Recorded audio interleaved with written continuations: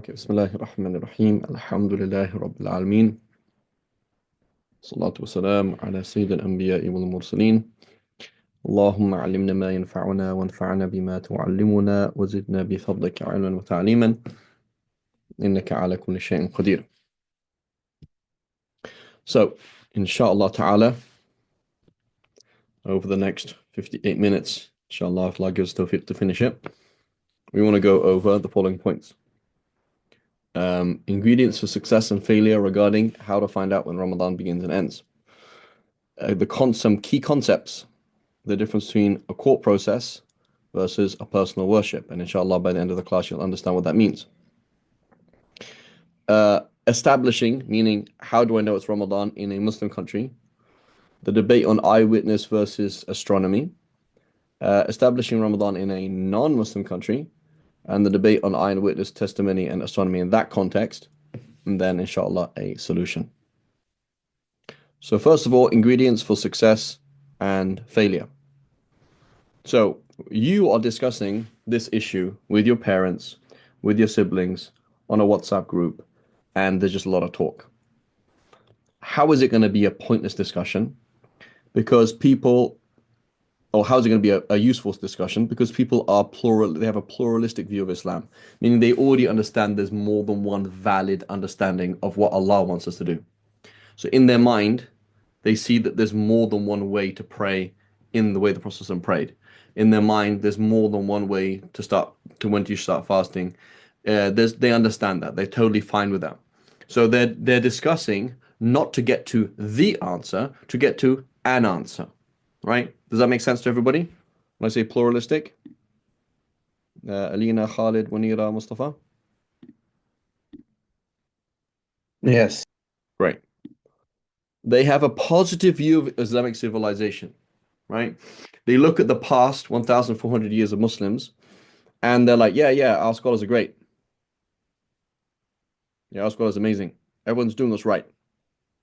Okay? And not only that, they've also been trained in it, right? So they not only look to the past with reverence and like, yeah, these guys are really good. I revere them and I see that they're valid and they're useful. But they've also been trained in that system. So they understand some things. So I just want to say something right now, right? I'd like to write it, but it makes it a bit easier. And just come back at the end and see what a laughable comment it is, right? A comment that doesn't even deserve, the whatever the energy that it was that was used to save it on a thing. So last year somebody said on a group, looking for the new moon is sunnah. Unity, the ummah having unity is fard. And so it is wrong to give precedence to a sunnah over a fard. Let me repeat it, and inshallah, right at the end, we'll try and rejudge the statement. Looking for the new moon is sunnah, while unity in the ummah is fard. And giving precedence to a sunnah over fard is wrong. Okay? And we'll see at the end, there's a person who spoke these words or wrote these words. Are they somebody who's trained in the tradition or somebody who's just talking hot air? Right? So 99% of people shouldn't be speaking. Just like, because they're not trained. Of that 99% people, the only people who are useful are people who have a positive view of civilization. How do you know they have a positive view of civilization? They follow one of the form of dhahib.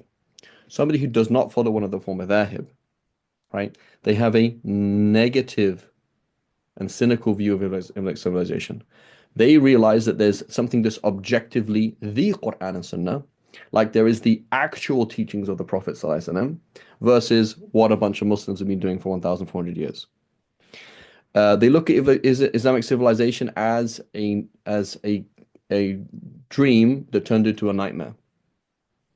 Like it was really, really good, and then it went wrong, and we have to fix it now. Like the scholars of Islam, they did actually a bad job. They wasted a lot of time. They squandered the Sunnah, and there is this thing called the Sunnah that has to be found, as opposed to positive view. No, these are all scholars. They all did really good job, mashallah. They are, they're like It comes in a weak hadith that the Prophet ﷺ said that like the scholars of my ummah will be like the prophets of bygone nations, right? Do you have that kind of view, or do you like they tried, but they're not that amazing, so we can't rely on them, right? So this kind of person, they have this idea of what is right and what is wrong. They don't understand that there's more than one opinion. This kind of person, when you quote sources to them, they're like, whatever. They're gonna say, it's just Quran and Sunnah. Like, i.e., I don't trust the Ummah to have followed the Quran and Sunnah. And then they're not trained, so they just end up saying random things that mean nothing, right? It's like somebody trying to sell cars, but they don't know what they're talking about. And they ask you a question like, bro, just stop talking. Okay, so first key thing to understand is a court process versus personal worship. So, what does this mean? It means there's things that you are personally obliged to do in your capacity as a sane Muslim, mature Muslim. You reach puberty, you're saying you're a Muslim. I don't need a court situation around me to tell me to do things. Like I know I need to pray, I need to fast, I have to do this, I have to do that, I can't lie, right? There's all sorts of things that I can't murder people, right? And so there's a big difference between that kind of morality, meaning there's things that I know by myself, I just need to study and I don't need a legal structure around me, versus what the court can force you to do in spite of yourself. Meaning whether you like it or not, this is going to happen, right? So you, for example, um, got involved in some situation where it looked like you murdered somebody, the court can have you executed or have you, all sorts of things because whether you like it or not, it doesn't matter. Whether you agree or not, whether you think it's good or think it's bad, right? It doesn't matter, right? So these are two different things, right? Whether you agree or not, and they can force you, meaning they actually have the physical ability to do that. So when you talk about prayer, for example, prayer is a personal obligation. You know you have to pray, but the court can force you to pray, right? The court could actually force you to pray, right? Fasting, you know you have to fast by yourself, but it could be that you're in a Muslim country, it's now Ramadan as a legal thing, it's now Ramadan, and you're not fasting, they could arrest you, right? So for example, I used to live in Jordan. Part of Jordanian law is that it's illegal for anybody, Muslim or otherwise, to eat in the street during Ramadan. Like that's because that's a legal thing. So if you are caught eating or drinking in the street, there's 2 weeks in prison, right? In principle, of course. But they have the legal framework and ability to arrest somebody and put them in prison for doing that. Whether they want to fast or not, it's irrelevant. Marriage, you could get married without a court, right? You can get married without a court. But who could enforce your rights, right? You got married at high school, right? In the playground. Uh, you had a kid, and now the kid is taken away from you. Without a court, you can't get access to that kid, can you? Nobody can do anything. So there's the person acting in by themselves, giving people rights, not giving people rights, and then forcing these rights on people. There's all sorts of scenarios like lying about regarding a divorce, right? So this guy, for example, he tells his wife, "That's it, we're over," and he intended a divorce, and she knew it. And then 2 weeks later, he's like, "No, no, I didn't intend that." And now he's like, "You're a liar. I know you intended that." And he knows he intended that. So in her mind, between her and Allah, she's divorced. In his mind, between him and Allah, he's divorced. They go to court and he lies in front of the court. So then, and he demands that she stay home with him. So that what's she going to do? So religiously, between her and Allah, it's haram for her to have relations with her former husband. It's haram for her to be alone with him. But the court is saying, well, I mean, he lied. What do you want to do about it? He lied in court. What can we do? The judge asked him, what did you intend by that's it, we're over? And he said, oh, I intended that, this argument is over, right? So he lied in court. So the judge is going to confirm what he's doing legally. The Islamic court has to do that. But at the same time, personally, he's doing something haram. Stealing back property. This is an issue of debate. Okay? Somebody steals my car or steals my skateboard, for example, make it easier. Okay? They steal my skateboard and it was outside my house. They stole my skateboard, right? And now that skateboard is outside their house. Can I steal it from them? Well, legally, no, because legally, what's going to happen is the police are going to come and say, we saw you stealing a skateboard from someone's house. The default is theirs. You have no evidence that he stole it from you to begin with. So therefore, we're going to, you consider the thief. That's legally. In reality, you're doing something that's morally right. It's yours. Right? So between you and Allah, you're fine. Between you and the court, you're a criminal. There's a difference. Right? A lying witness, same thing. Four people were paid off and they lied about somebody committing zina and the guy was stoned to death. So it is obligatory for the judge to have that person stoned to death. And the judge might even have a hunch that these guys are fishy. But as the structure is in place for these people to be known to be upright men who don't lie, they've never lied before, they're upright men, they're decent thing. They said, we all saw this, and it happens to all work out. And it's like, yeah, there we go. So there's a legal process is one thing, and there's individual something else. Right? They're two different things. So the new moon, what's that got to do with anything? So the new moon, we have to understand the new moon is not something specific to Ramadan. It is a part of the court process in Islamic State. Right? Go back, you're in Ottoman Turkey, okay? And there is a Jew in Baghdad, okay? Ottoman world. There's a Jew, and he has a contract with a Christian. We're not even talking about Muslims. And they're going to pay 500, whatever currency they had during the time of the Ottomans, every month. When's a new month? It's a legal process. When is a new month? Right? Just like in America, we say, like, when is it Tuesday? Like, how does it work? Like, how does it work when something has to be paid and there's a 3 hour difference between East Coast and West Coast, right? The same discussion is like, what day it is a legal issue, right? What month is it is a legal issue. So we're looking at it from like, whoa, like once a year we kind of deal with it. For them, that's part of the legal structure of Islam. When is the new month, right? So this is a court issue, right? So there's debts involved, waiting period. A woman, for example, who doesn't have a period, she waits 3 months. Well, when did the month begin and end? We need to know 3 months. When rent is due. So these are a legal process establishing. So when you say it's Ramadan, 100 years ago, 200 years ago in Ottoman Turkey, that meant a legal thing for people. And now it just means, oh yes, Ramadan, or is it not Ramadan? We don't really interact with it on a monthly basis. It's not a thing, right? But for them, it's part of the legal structure. That's how the deen works, the legal structure of Islam. So it is a court process, right? Establishing Ramadan is a court process.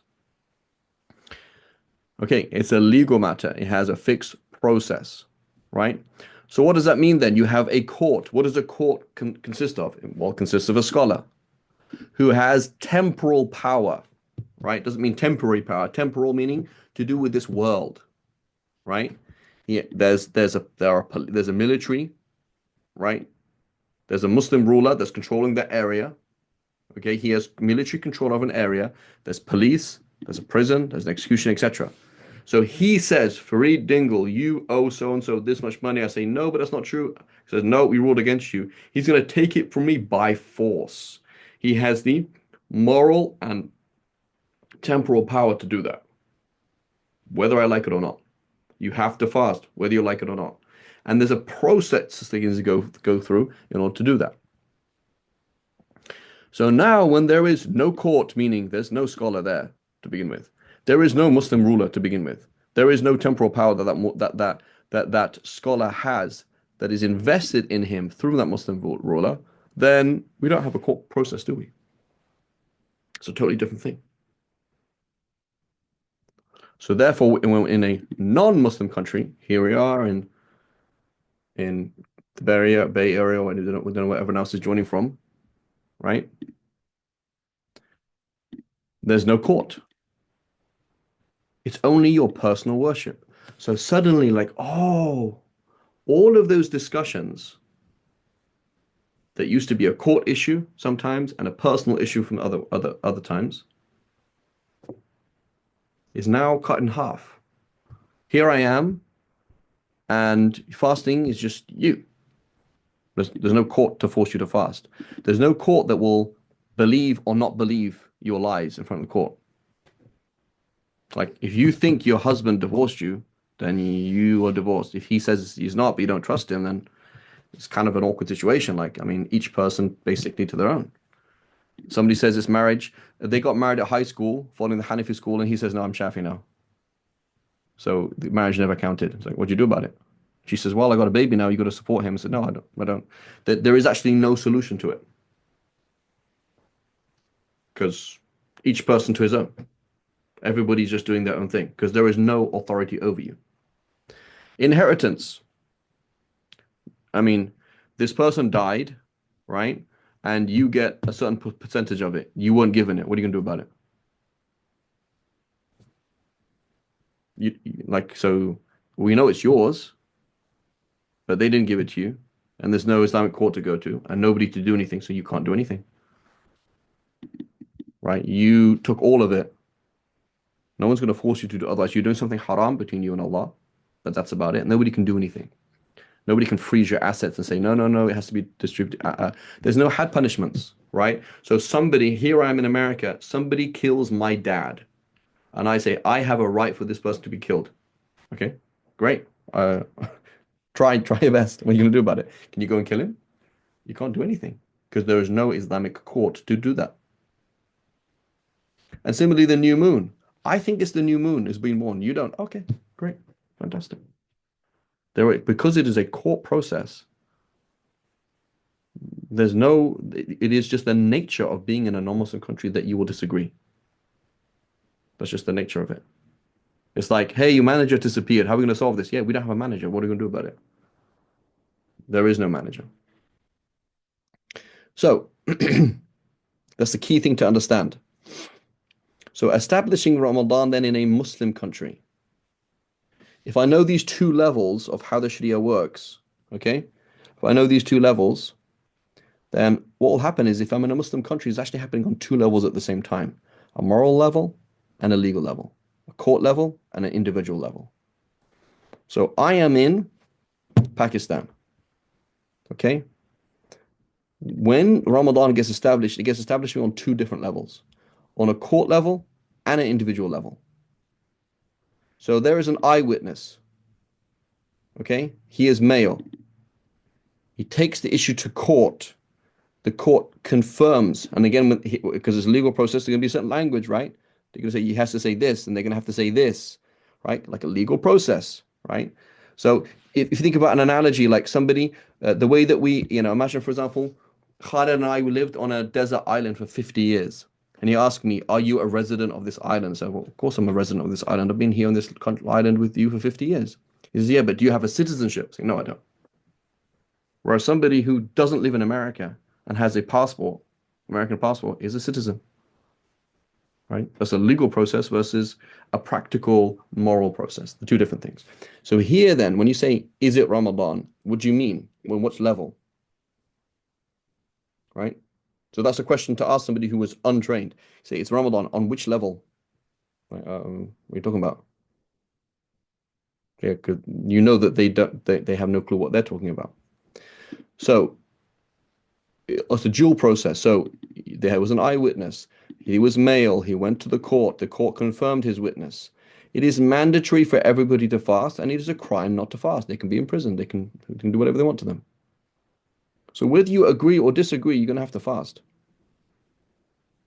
It's not an issue about what you think and I think. So when you say it's Ramadan in Pakistan, meaning on a court level, that's what it means. On a court level, it is Ramadan in Pakistan, right? And Pakistan is a Muslim country. Oh, but they don't apply the Sharia 100%. That's not relevant. The point is, do they have military control of their country? Yes. Is it run by a Muslim? Yes. Fantastic. Muslim country.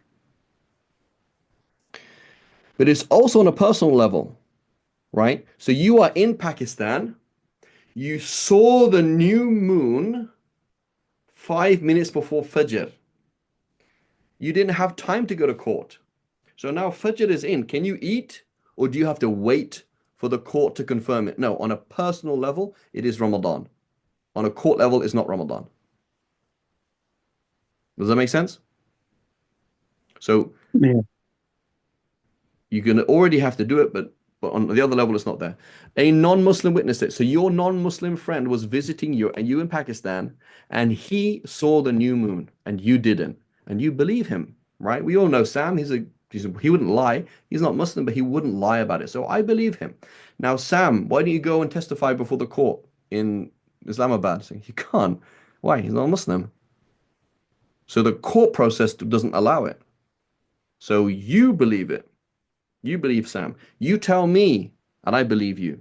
You tell your family, they all believe you. Say, bro, he saw it. We trust him. So you all have to fast today, but nobody else has to fast. Nobody else who doesn't believe has to fast because this is on a personal level, not on a court level. A female witness, your wife saw the new moon. Your sister saw the new moon. That is that she will not fulfill the criteria to establish Ramadan. Okay, but if you believe her, do you have to fast? Yes. Right? So you saw it, your friend saw it, who doesn't fulfill the condition, your wife saw it, your sister saw it, whatever happened, an alcoholic, the scholars have disagreed, do they have to be upright or not? But, the scenario is it doesn't fulfill the criteria, right? It doesn't fulfill the criteria. So it's the court process didn't happen. So do I still have to fast? Yes, you have to fast. The judge who saw you and he met you called the judge up and say, bro, or not bro, Your Honor, um, I don't even know how to do this thing. Like, what do I do? He says, okay, listen, tomorrow morning you're going to come and do this, this, this, and this. So now he has to start fasting, even though he hasn't confirmed Ramadan yet, right? He already knows that it's Ramadan. So he has to fast, even though the rest of Pakistan doesn't have to fast, because it's on an individual level. Only those people who knew Sam, knew what Sam saw, or who knew you, or knew what was going on, or you put it on Instagram and everybody followed, everybody who believed it. Anybody who believes it has to fast. Anybody who doesn't believe it doesn't have to fast, because it's on an individual, personal level. Everyone's following me? Yes. So now they're going to come along and say, oh no, we have to have Eid on the same day. Actually, we don't. Even in a Muslim country, Eid could be on two different days, on a personal level and on a court level. Ramadan could be on two different days. The judge, the judge that saw the new moon but was unable to establish to appoint another judge for him to raise the case to in time, he's going to have to fast. So it could be that I'm fasting, and I have to fast on a personal level though, even though it's not on a communal level. Okay, it's what's called ala sabil al-umum wa ala sabil al-khusus, right? Everyone's following? Yes, I have a question. Go ahead. So when you say على سبيل العمول, um, Umum, yeah, umum, like the word عموم umuman, عموم right? Mhm. عموما, yeah. So in this case, then that would take precedence over the personal level, right? If you're in a Muslim country. Yeah, there are some scenarios that slightly, but generally speaking, yes. Okay. So So what does okay. that mean? That means, for example, the court, the judge is a fasiq, he's a corrupt guy, and you know he's a liar. You just saw him taking bribes to confirm it. You know this is all a fake. That you know this is all fake. But then it was confirmed right in front of you. So now what do you do? Like, do you fast? Even though you know it's a fake? Right? That will be like you're the executioner. You saw the guys paying these people off. You saw this guy paying the judge off, and then you saw these four witnesses paid do the testimony in front of the judge. Judge smiled and said confirmed, and then they gave you the stones to start throwing at the guy. Like, are you allowed to kill the guy? Right? That's what you're asking. Is on a court level, the process is in place, and in default you have to apply it. But you know personally that it's totally wrong, right? So that's a bit more subtle. That's a bit more. But the default is no. The default is that court is important.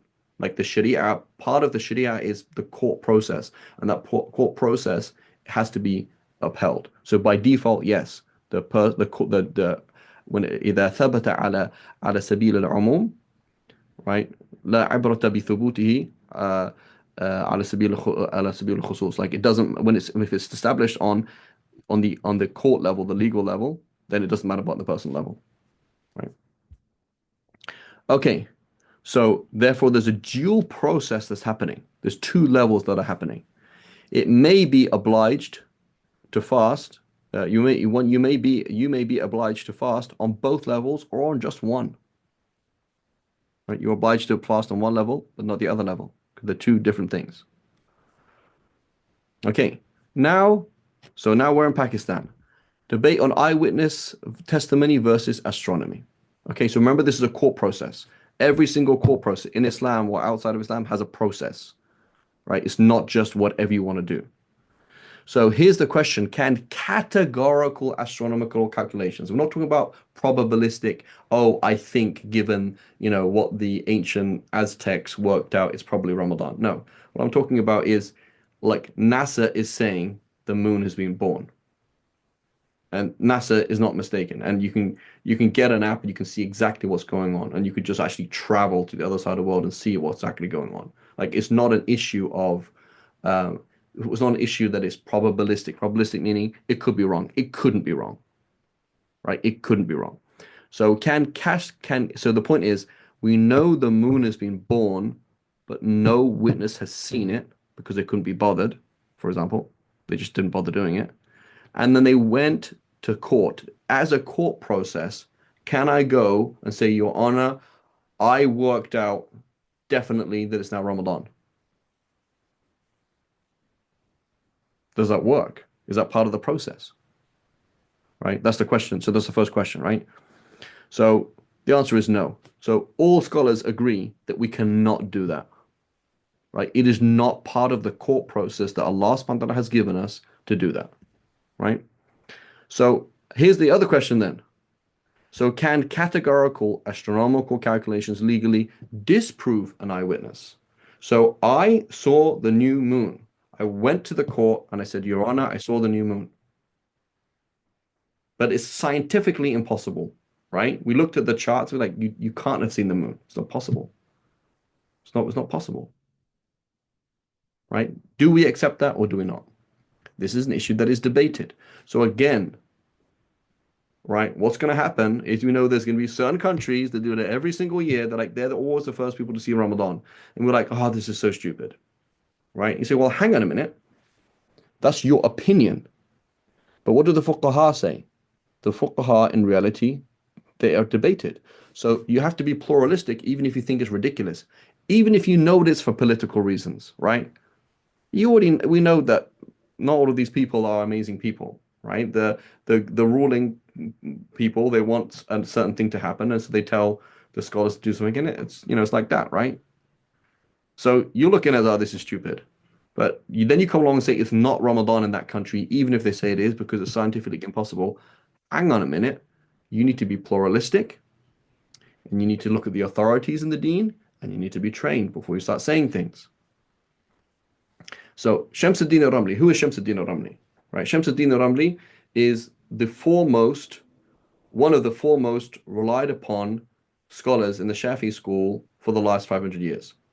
When the French went into Egypt, they said, the legal code of Egypt is the Minhaj al-Talibin of Imam Nawawi, and the reference that the Egyptians use is this book, right?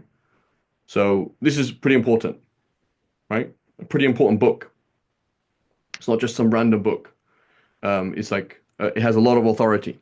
So it says the statement of the author, which is it's being established by testimony of Imam an-Nawawi, is inclusive of the scenario in which astronomical calculations would indicate the impossibility of seeing it. Because the sacred law has not relied on astronomical calculations, but has rather ignored them in an absolute sense. Right? Al-ghaha bil-kulliyya. Right? It's just not even interested.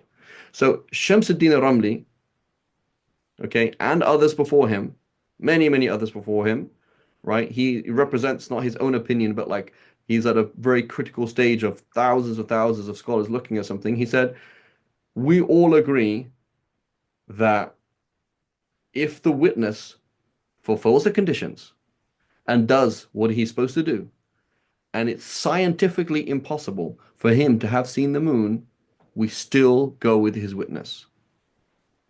we still go with it. So therefore, according to Shamsuddin al-Ramli, and again, this is not light words, he's saying it's totally fine. Like if the witness fulfills the conditions and if the process is done properly, that's it. It's done. It's Ramadan and that's it. There's no discussion.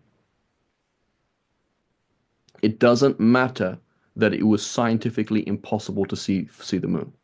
Doesn't matter. So, according to Shihab al-Ramli, so this is his father, Shihab al-Ramli. Who's Shihab al-Ramli? He is the student of Zakaria Ansari, Shaykh al-Islam Zakaria Ansari. Huge powerhouse, right? Shaykh al-Islam Zakaria Ansari has if you just bought his books, you would have a library on every single topic of Islam, right? So this Shihab is the student, okay, of Zakaria Ansari, who is the student of Ibn Hajar al-Asqalani. You know, Ibn Hajar al-Asqalani, the Fath al-Bari, that huge commentary on Sahih Bukhari, right? That's his grand teacher, right? And his teacher in reality. So we're coming from like a really like super important powerhouse series of huge powerhouses in Egypt in the Mamluk slash Ottoman period of history. Super big scholars, right? So Shihab ad-Din al-Ramli, he says this, and as Shamsuddin al-Ramli they said, no, like if it's scientifically impossible, we don't care. The Sharia has said go by eyewitnesses positively and negatively, right? If he says yes, it's yes. If he says yes, if he says no, no, and it doesn't matter what some astronomer says. It's irrelevant. Now, Ibn Hajar al-Asqalani, who was a contemporary, Ibn Hajar al-Haytami, who was a contemporary, right? He was also a huge great scholar. And his teacher, Zakaria Ansari, he said, Dukiktu bayna hajarain. I was crushed between two great boulders, meaning Ibn Hajar al-Asqalani, my teacher, and Ibn Hajar al-Haytami, my student. And he was a very big scholar, huge scholar, right? And he was from Egypt originally. He moves to Mecca, and in Mecca he was revered by scholars of all the different madhahib, and he wrote tons and tons of books. And he became the foremost reference for Mecca, Medina, Yemen, Dagestan, Kurdistan, etc. Right? And also into Iran for the Shafis in Iran. Super powerhouse, right? So you say Ibn Hajar al-Haytami, wow, Allahu Akbar, right? Big scholar. He said, quoting Taqiyuddin al-Subki. So Taqiyuddin al-Subki, again, a mujtahid, one of the great late mujtahid imams, huge scholar of again the late scholar. So Subki, Taqiyuddin al-Subki. He said, and this opinion of Subki is strong. Which opinion? That actually, if it's scientifically impossible for somebody to witness the new moon, we will not accept it. And the judge who did that, he did something wrong, and it's a meaningless case, like case closed, like that doesn't count. So that means a certain country this year says it's Ramadan, and we know it's impossible. According to huge giants like Taqiyuddin al-Subki and like Ibn Hajar al-Haytami and many others, they said, no, like we do not accept that. We do not accept that at all. Why? He says this opinion of Subki is strong because the discussion here, we're not talking about somebody using some primitive astronomy. We're talking about the scenario is regarding the scenario in which astronomical calculations dictate that it would be impossible, to see the moon, and in which the premises for these calculations are unquestionable, qat'iyya, right? So we're saying, in the scenario where this guy goes to court and says, I saw the new moon, and you know 120,000% that it is impossible for that to be done, then we're not going to accept it. And we're not talking about your estimations based on the last 10 years of you looking at the moon. I'm talking about this is unquestionable and mutawatir. Any astronomer in the world would say it is impossible for somebody in that country to see the moon. What he saw was not the moon, right? He continues. He says, if such a hypothetical scenario occurred, right? Because he's saying, well, astronomy 500 years ago is not that amazing. The testimony of sighting the moon would not be accepted. This is because, right?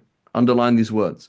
This is because the condition for the validity of a court testimony. Ah, we're talking about court testimony. I get you. And now in my mind, there's two levels of how Ramadan is established: court level, individual level. Okay?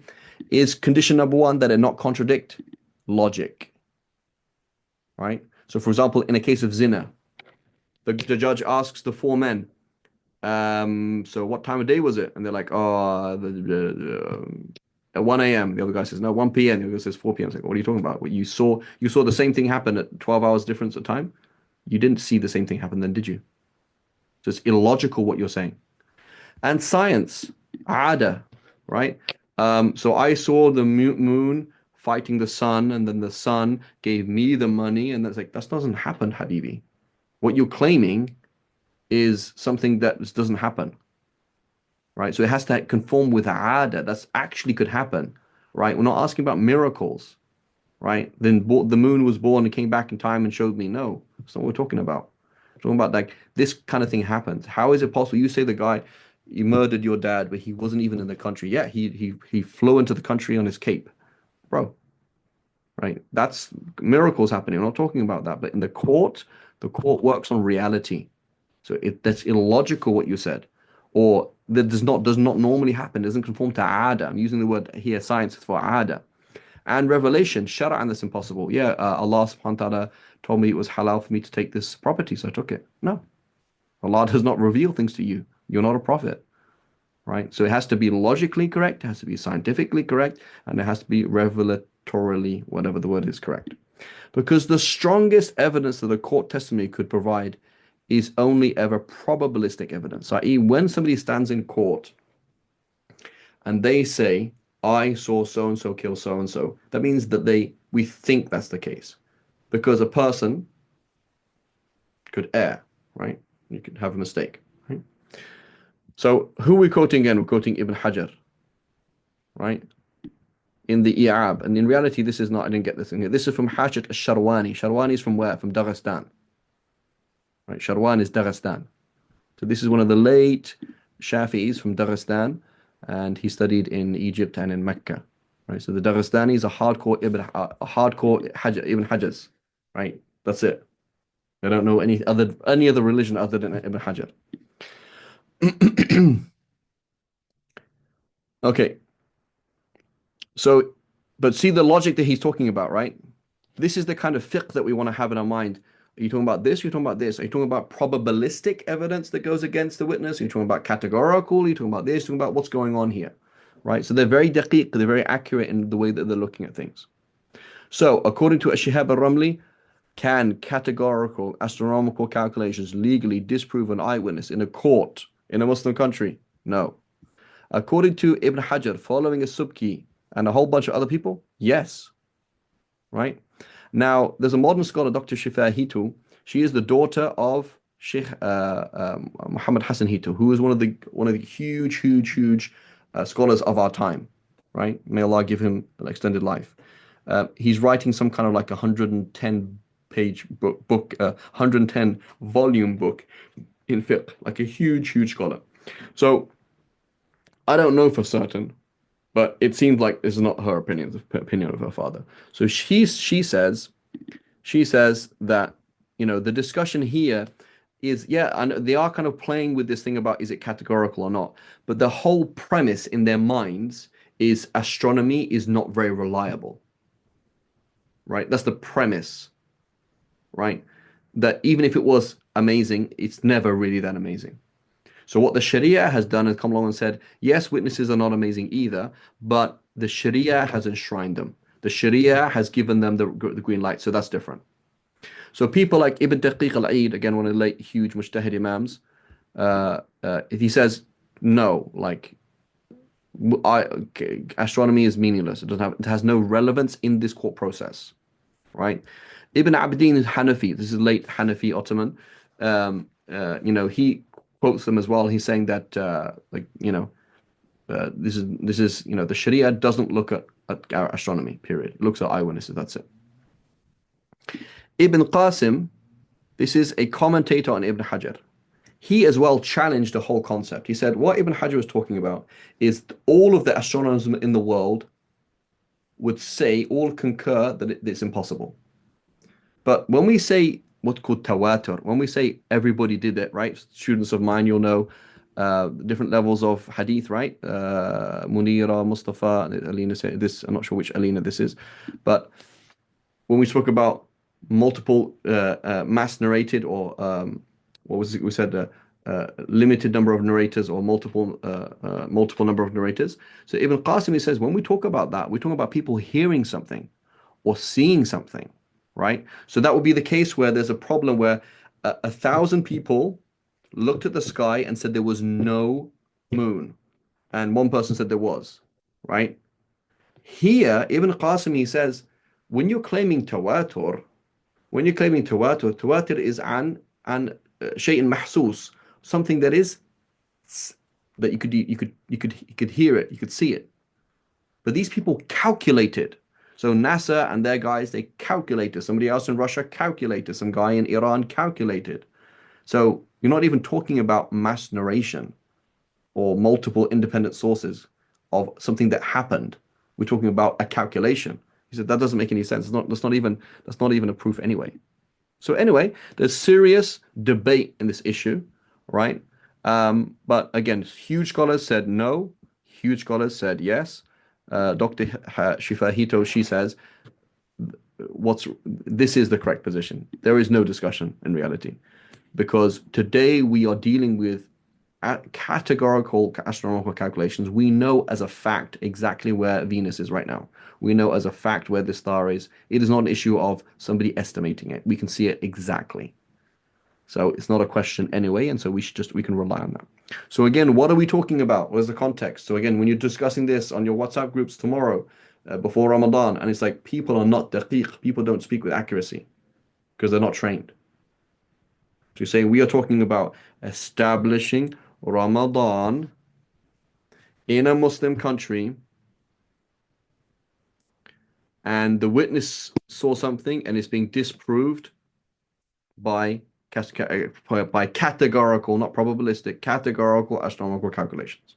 That's what we're talking about so far. Is everybody following? Yes. Okay, I need to send a message in my other group. 1 second.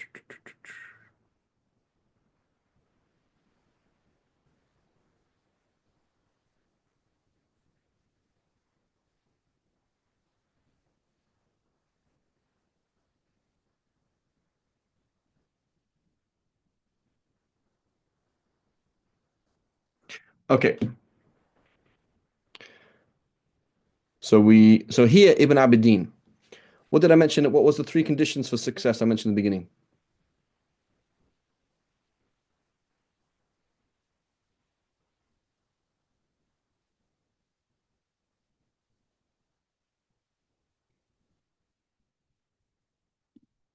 No one's allowed to breathe until they answer the question. 3 conditions for success about on this discussion. Number 1, your plural. Go ahead. Pluralistic view of Pluralistic, Islam. Yeah. positive view of the history, meaning you revere the scholars, and what you're trained. Trained, yes. Am I trained in the Hanafi school? No. I'm familiar with the Hanafi school. I'm not trained in the Hanafi school. Ibn Abidin is a Hanafi. So should you rely on me speaking about Ibn Abidin?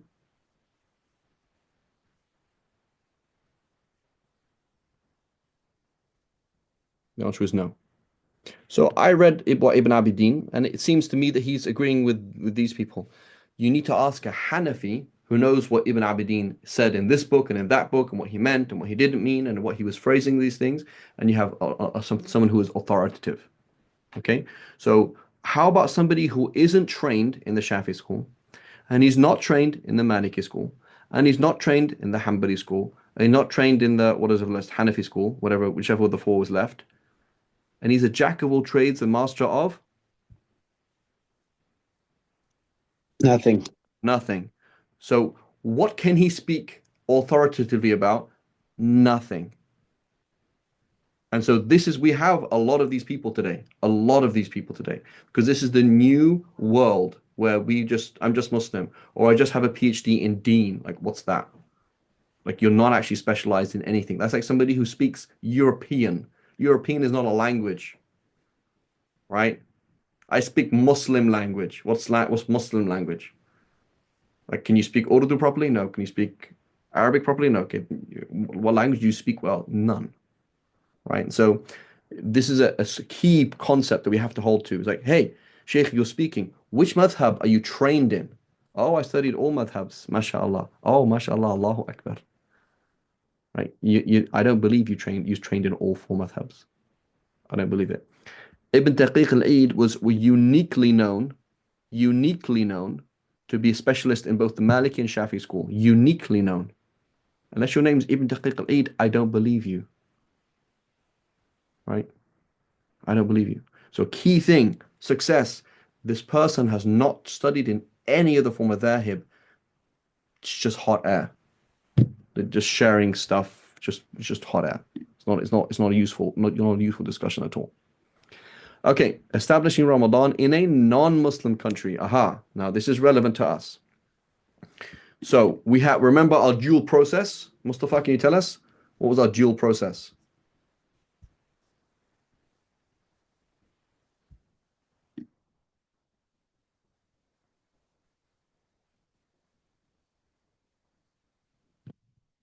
Mustafa, you there?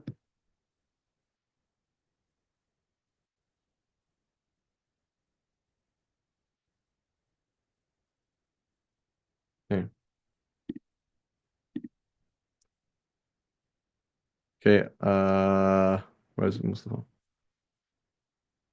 Yes, but what was it though? What do we mean when we're saying establishing Ramadan in a Muslim country? What do we mean by dual process? What does it mean?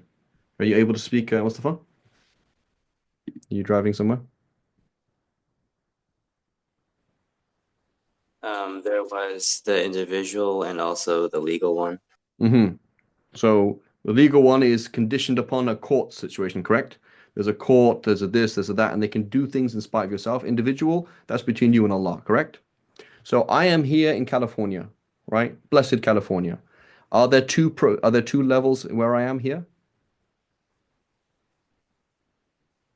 Is there an Islamic court that is going to force me to fast, No. force me to pray?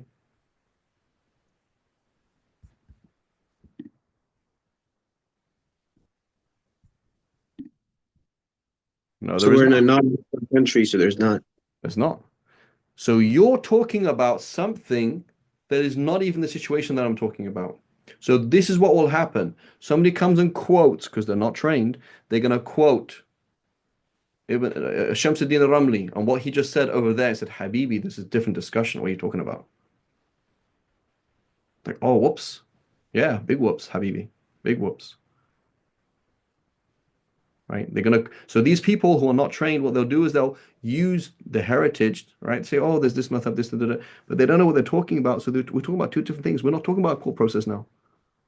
We're not talking about a court process now. And I've literally seen like even some Shafis do this, like subhanAllah, you're not like right, and so there are people who are like that. It's like you might be called something, but you're not actually that thing. You're not actually trained in this art. You're not a proper Hanafi, you're not a proper Maliki, I don't know what you are. So here we're talking about individual level. Every single thing that the books of fiqh talk about on the court level does not apply to this discussion. Two different things. So what does that mean then? Oh, but the Imam of my mosque did it. The Imam of the mosque has no authority over you. Imam of a mosque is not a thing in Islam.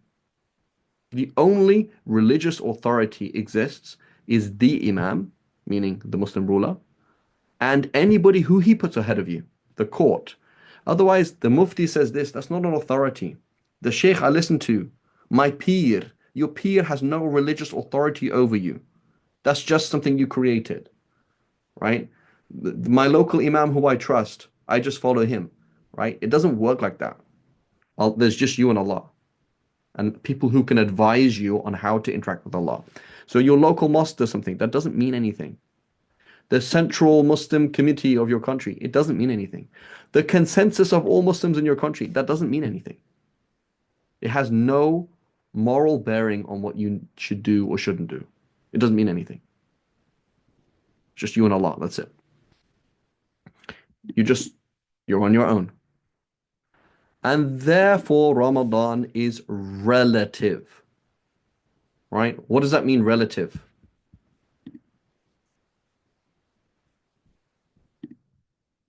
What does it mean when something's relative? Accordingly. Accordingly, okay.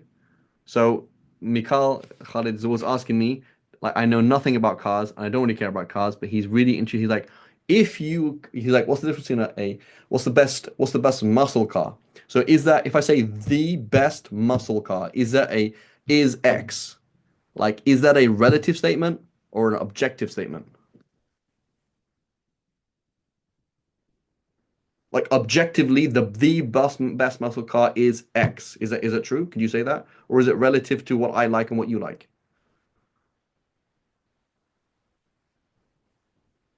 It'll be relative to what I like and you like. Relative. Thank you very much. Right. So the two of us, for example, Khalid, you and I were trekking, right? We're trekking in some whatever mountains, and the compass doesn't work and the phone's dead, and we're like, "Where's the qibla?" And I'm like, "It's this way." And you're like, "Bro, it's not that way. It's this way." So which way is the qibla? Like in reality, like I don't know. But for you, the qibla is this way, and for me, the qibla is the other way. So I pray one way, you pray the other way. Khalas. Like, what way is the actual Qibla? I don't know. We probably will never work out on that part of the mountain where the Qibla actually was, right? But the point is, for you, between you and Allah, it's this direction. Between me and Allah, it's this direction. This is what I worked out is most likely. So you worked out is most likely. So there's no such thing as Ramadan then. So now when you say, but it's Ramadan, why aren't you fasting? It is not Ramadan, Habibi. It's Ramadan in my opinion or in your opinion. That's it. Because there is no court level here to force me and you to fast Ramadan. So it might be Ramadan for me, it's not Ramadan for you. It is relative because we are working on the individual level. So by nature, we are going to disagree. Yeah, but we have to unite. We can't. It is not actually possible to unite. That's just the nature of where we are. We're a non-Muslim country. There is no central authority, period. End of story. Okay, so now, when do you start fasting then? Well, you personally, go ahead, Asif, you had a question? So in US, right now, it's a non-Muslim country. But if Trump tomorrow comes and says that Ramzan starts on so and so date, like, are we? That means nothing. Okay. That means nothing. So a non-Muslim has no authority. Shouldn't record this, but a non-Muslim has no authority, no moral authority over a Muslim. So Trump says, "I forbid you from eating, for example, from I don't know, doing something that's halal." It means nothing. Okay. Yeah. Jazakallah. They do not have any moral. They have practical sway. That's true. They can arrest you. They can do what they want, but they have no moral authority over you. Okay, so you personally see the new moon. You have to fast. You trust me. I saw the moon and you trust me. Okay? You trust the sheikh, right? I don't trust the sheikh. The sheikh saw the new moon. Excuse me, and you trust him. You fast, he fasts. I don't trust the sheikh. I don't fast. Is that okay? It's fine. Yeah, but we're not fasting the same day. Yeah, that's because it's relative. Oh, okay. Somebody you trust to the east sees the new moon. Okay, so your family in Pakistan saw the new moon. So do you have to fast? Good question, right? But before we go on to that, notice which words are in bold here. Individual, you, right? Could you force your wife to fast? No. She's like, I don't believe it. I don't believe you. Well, I saw the moon. I don't believe you. Right? Bona fide liar, right? You're a bona fide liar. I don't trust you. You would say, no, I command you in my capacity as a husband to fast. I don't want to fast. It's not Ramadan, in my opinion, so I'm not going to fast. Right? So it's totally, that means every individual, anybody who's reached puberty, they're on their own. If you think it's Ramadan, if you don't think it's Ramadan, it's up to you. So either you saw the new moon yourself, or you trust somebody who saw the new moon, or we'll discuss these other things. Make sense to everybody? It is you, individual. There's no such thing as a group. No such thing as a group. Okay, so somebody you trust to the east sees the new moon. So now your family in Pakistan, which is to the east of us, right? They see the new moon. Do you have to fast or not? According to the Hanafi school, yes.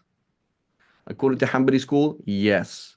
So if it is seen on the East Coast, if it is seen in Europe and you trust it, and if it's seen in the Middle East and you trust it, and it's in Pakistan and you trust it, how many times they say and you trust it? 6 times, right? It doesn't matter what they're doing in your country. It doesn't matter what's going on. If you don't trust it, it doesn't happen. Okay? So according to Hanafi and the Hanbali school, if there's somebody, it has been seen and you right, and you trust it, then you're going to have to. But if you don't trust them, and I know the guys are liars or I don't know what they're doing, then you don't fast because you're on your own. You're on your own. Okay. Make sense to everybody? So what's the Hanafi and Hanbali school?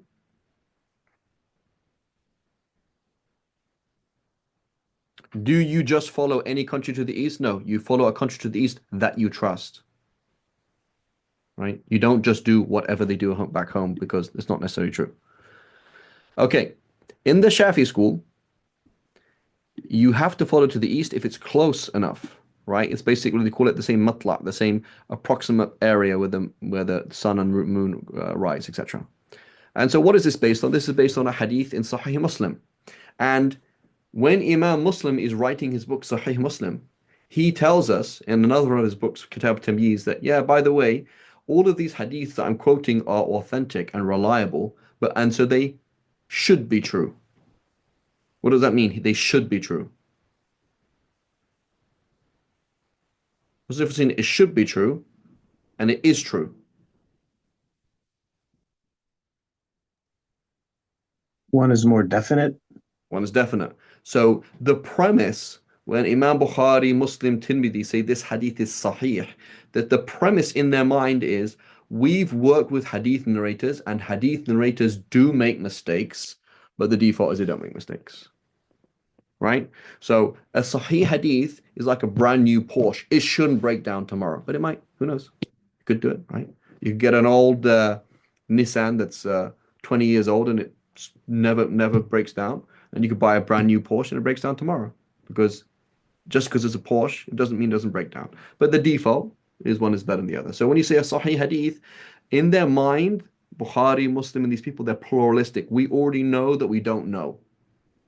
We already know that we don't know that this actually happened. We think that this happened, and we think this means. So they have this pluralistic understanding in their mind. Okay? So Imam Muslim quotes this hadith that one of the, this is Abu Quraib, I believe, Abu Quraib. He said, I came to Damascus from Medina, right? And I fulfilled my tasks, and Ramadan came while I was there. I had seen the new moon on Friday night, and then I arrived in Medina at the end of the month. So Damascus, right? And the Levant, going down to Saudi Arabia and Medina. So they're not the same place. So we had seen the new moon on the Thursday night, the night that came before Friday, on the Jummah. Now I go to Medina, and here's Ibn Abbas, the Sahabi, and he asked me, when did you see the new moon? I said, we saw it on a Friday night. He said, did you see it? And I said, yes. I replied, people saw it and they fasted, and Muawiyah, so why is he quoting Muawiyah? Because he's the caliph, and in Abu Qurayb's mind, he understands that Ramadan is established on two levels, on the personal level and on the level of the ruler. And the ruler of the whole of the Muslim world at that time is Sayyidina Muawiyah. He's the Khalifa at that time. He fasted. Ibn Abbas says, that's fantastic, but I don't actually care because we saw it on Saturday night. So we are going to keep fasting until we reach 30 days or we see it. I.e., just because you do something in Damascus, it doesn't pertain to us, right? So the Shafi'is, they say this hadith tells us that every locality has its own sighting. Okay? Every locality has its own sighting. Because look, Damascus is not the same place as Medina. It's a big distance apart. And, it might be seen in one place, that means it's different. That's how the Shafis interpret this hadith, right? So I said, but isn't it enough that Muawiyah saw it and fasted? He said, no. this is what the Prophet ﷺ commanded me to do. So the Shafis, they say, Ibn Abbas told us that the Prophet ﷺ commanded us to do this meaning every single place should have its own sighting. It's not the same as somewhere else. So this Shafi position, why is it useful? It's useful because it keeps local communities together. So here I am in California, and there's Somalis, and there's Egyptians, and there's Pakistanis, and there's the Balkans, and there's this and there's that, and everyone's going back home. And they're looking to their relatives back home, and they're fasting based on what they do in Turkey, what they do in Bangladesh, what they do in Libya. And then here, where we are, everybody's doing something different. Right? It is not the correct answer, it's a correct answer. And it is a useful answer to do. So you say go to local, stick to the local, and not do what is to the east, right? So the Shafi school says, I don't care what happens in Bangladesh. I don't care what happens back home. I care what happens here. Hanbali and Hanafi schools, they say no, whatever happens to the east is binding in the west. And in reality, Taqiyuddin Subki, who we quoted before, he adopted this position as well. He said, well, I mean, if the moon is born over there, then it's born here. That's just basic logic. But that's just the way that the moon goes. So obviously, it is always the case that if they see it to the east, then it's going to be seen to the west. And if you didn't see it, then you missed it, right? So anyway, that's not the Shafi school, but it has a basis in the Shafi school. So what is the Hanafi school? Who can tell me what the Hanafi school says on this issue?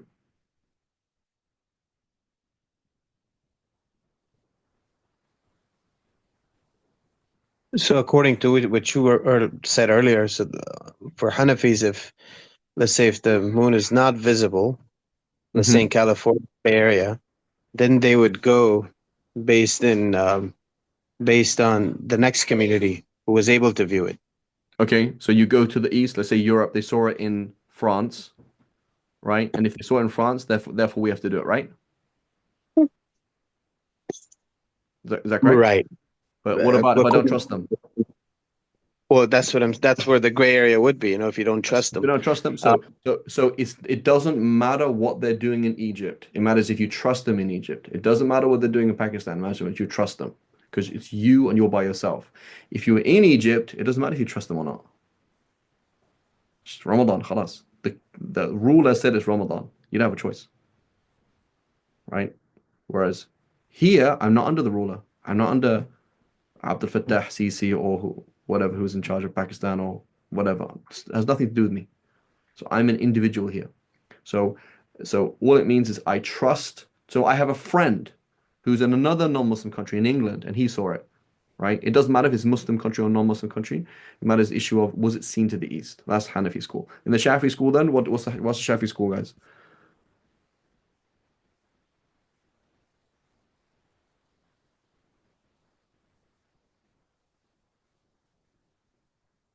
I'll answer your question in a second. What's the Shafi school then?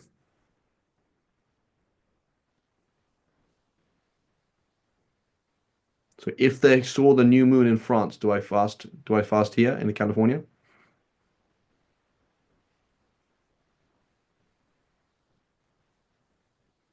If the consensus is that for Shafi school, it keeps the local community together. Yeah, that's the benefit of it. Okay, that's like a sighting. But the Shafi school, do we look in Shafi school looking at local sighting or global sighting?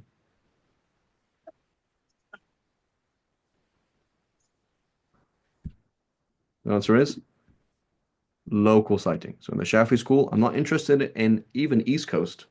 I'm interested in Bay Area. That's a kind of zone, right? Okay, 50 miles either way, approximately. This is what I'm interested in. What could be seen, or maybe a bit more than that, like 100 miles either way, approximately. This is what I'm interested in, right? Is this area.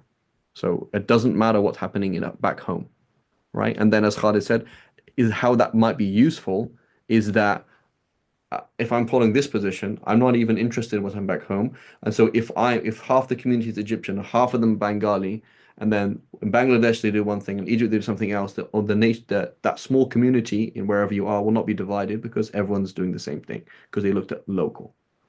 Okay. But at the same time,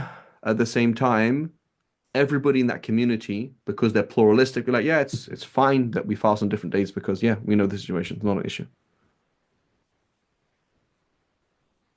I'm not sure. It's not just it's going to do with the longitude and latitude. Yeah. So you see slightly different levels but if you compared Medina and Medina and Medina and Damascus, their longitude is not too different. Right, the latitude is quite different, but the longitude is not too different. It's not that many degrees difference. Allahu Akbar. Okay, so individual level, you see the moon, fantastic. You trust somebody who sees the moon, fantastic.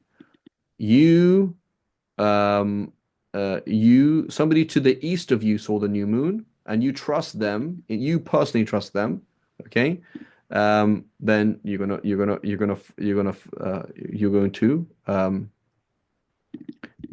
to fast. We mentioned that there. Okay. Now, you an individual, correct?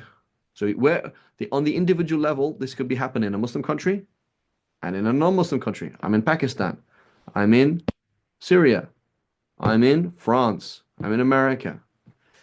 Can astronomical calculations can I use that? So astronomical calculations that you personally believe. So right now, I have an app. Okay, I think I actually pay for this app. So I better believe in it because why would I be paying for it otherwise? Okay, it's called Sky Tonight, right? I'm looking at this app right now, and I'm going to find out where on earth Jupiter is.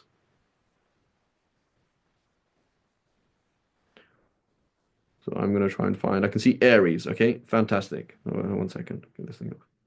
So I'm looking at Aries. Like, I don't think this is wrong. And as I move it around, I can see different things throughout the sky, right? And there's other things like, other apps that can help you on this thing. And like, I'm looking at the world, like, I don't think this is wrong at all. This is based on what is actually happening. Okay, obviously, on my app, I'm not literally looking at the star itself, but this is all based on what is actually there, right?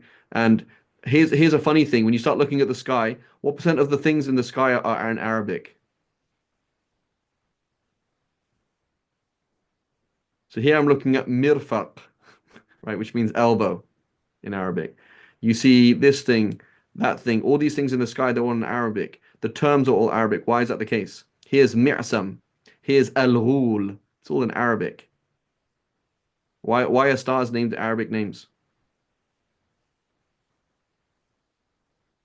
Who were the masters of astronomy?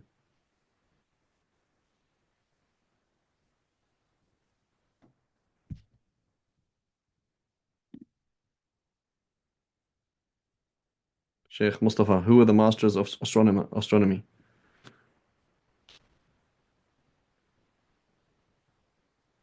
Muslims. So you have all these Arabic names for things because the Muslims were the masters of astronomy, right? When you went to a madrasa in the past, you studied astronomy. That's what you do. You say so and so he wrote a book on fiqh, he wrote a book on hadith, and he has a book on astronomy. Right? It's called Ilm al-Falak. It's a core curricula.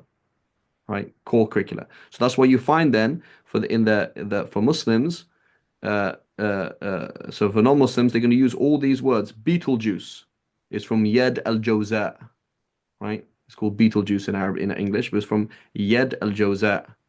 And we refer to the zenith, which is Arabic, and we refer to the nadir, which is Arabic, and we refer to all of these different things, um, uh, algorithm, etc. These are all Arabic terms. Here, al-Dabaran, Arabic. Right, I'm looking at the sky. So the Muslims were very familiar with this. So the point is, in those days, they studied really, really hard, but it wasn't that accurate. Today, you Google and you can find exactly what's going on. Right? You're gonna be what is the thing you're gonna be doing, Mustafa? What's the alignment that you're gonna do next week?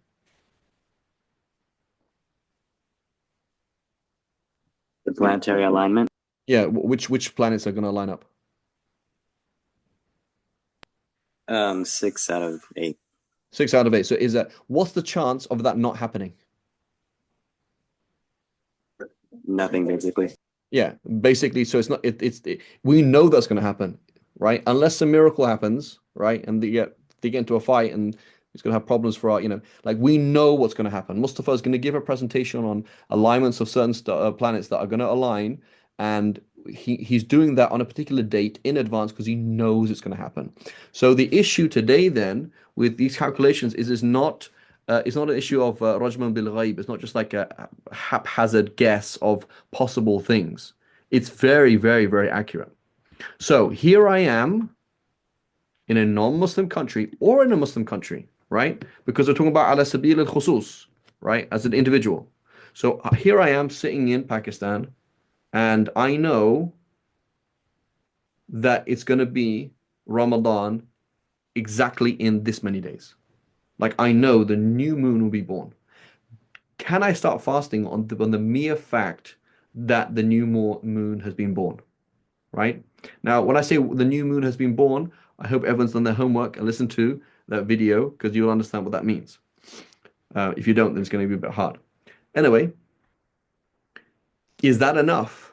Or do I have to see it? Like, do I have to go through that same process of I can see it or not? Here we have a debate. So, where's the quote here? This is from, I don't have the quote, I don't have the resource here. This is from Shamsuddin al-Ramli as well. So Shamsuddin al-Ramli, he says, one may act. Sorry, it should say act. There's big typo here. One may act according to one's astronomical calculations. So Mustafa does his own astronomical calculations. And this suffices the obligation according to the relied upon position. The principle set down by our colleagues, meaning the thousands of scholars that have worked within this framework, is that personal conviction, al-dhann, your personal conviction, shall be acted upon.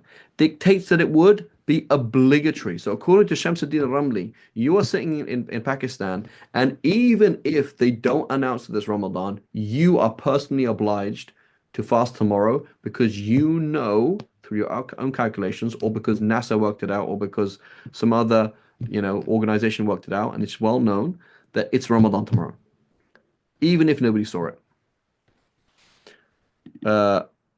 Is a big of such a person, as well as anyone who he informs and believes him. So he tells his friend, "Hey, I've just been on the NASA website. Tomorrow's Ramadan. Hey, I've just been on this website," and all he does is he's on Instagram and he puts a thing and says, "Guys, by the way, next Monday's gonna be Ramadan. I know in this country everyone's backward and they don't follow this stuff, but yeah, you have to follow this." Okay, so he worked it out already, well in advance when Ramadan was, and he's going to fast on that day. According to Shamsuddin al-Ramli, it's not only valid for him to do that, he is obliged to do that. So this is over and above, as Khalid asked a question, what if it was ala sabil khusus but not ala sabil al-umum, right? What if it was so this is like analogous to the person who was going to the court to bear witness that it was Ramadan, but the court process didn't happen yet, right? He still has to fast. Or the woman who saw the new moon, but nobody believed her because the court process can't be established with her testimony. Still has to fast, right? So this is the same thing. If you have worked out that it's Ramadan, you have to fast. If your friend worked out and you trust him, he has to fast. If this website that you trust says it's going to be Ramadan on that date, then you're going to have to fast, according to Shamsuddin al-Ramli. Now, notice though the contradiction. What did Shamsuddin al-Ramli say about the court process? Right? If you go back, how many slides? Go back. Where are we?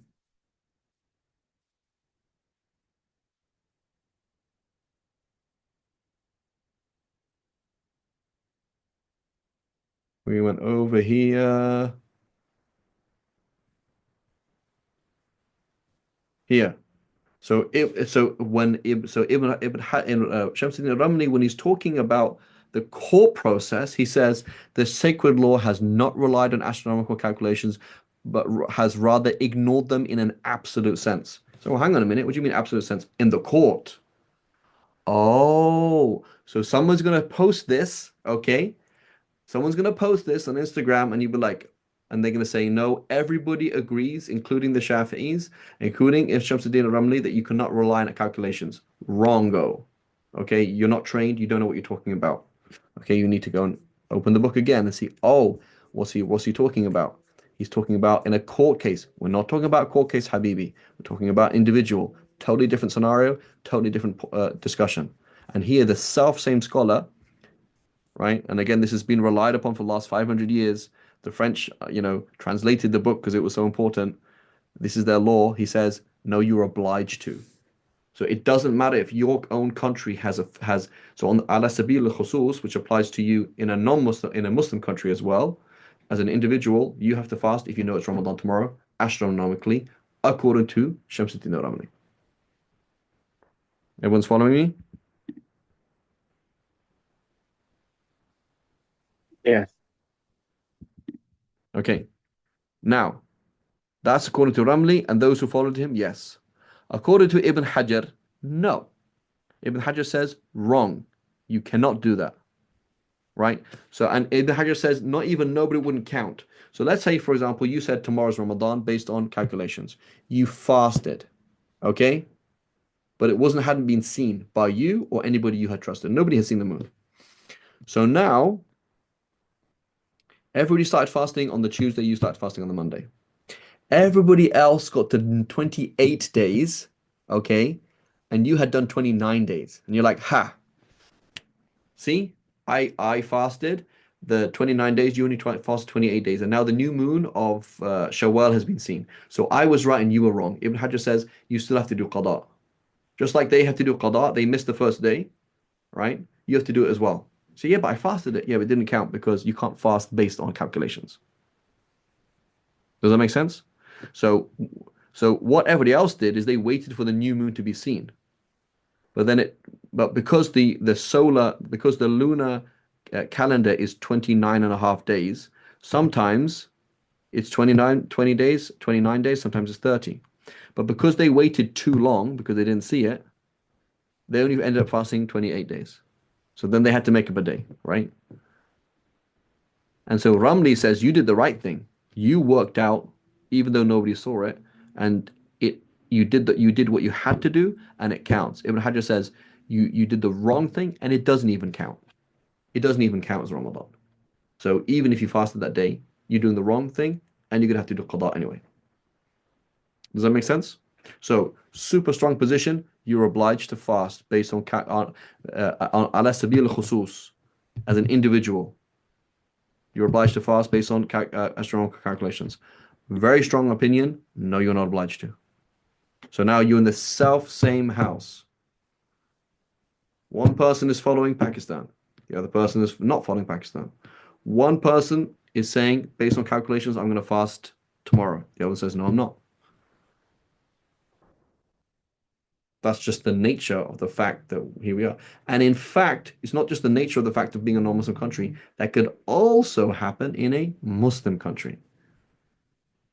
Could also happen in a Muslim country that the one person in the house starts fasting before everybody else. You're like, oh my God, this is so bad. You've ruined the spirit of Ramadan. No, you haven't. That's the nature of fiqh. Fiqh is like that.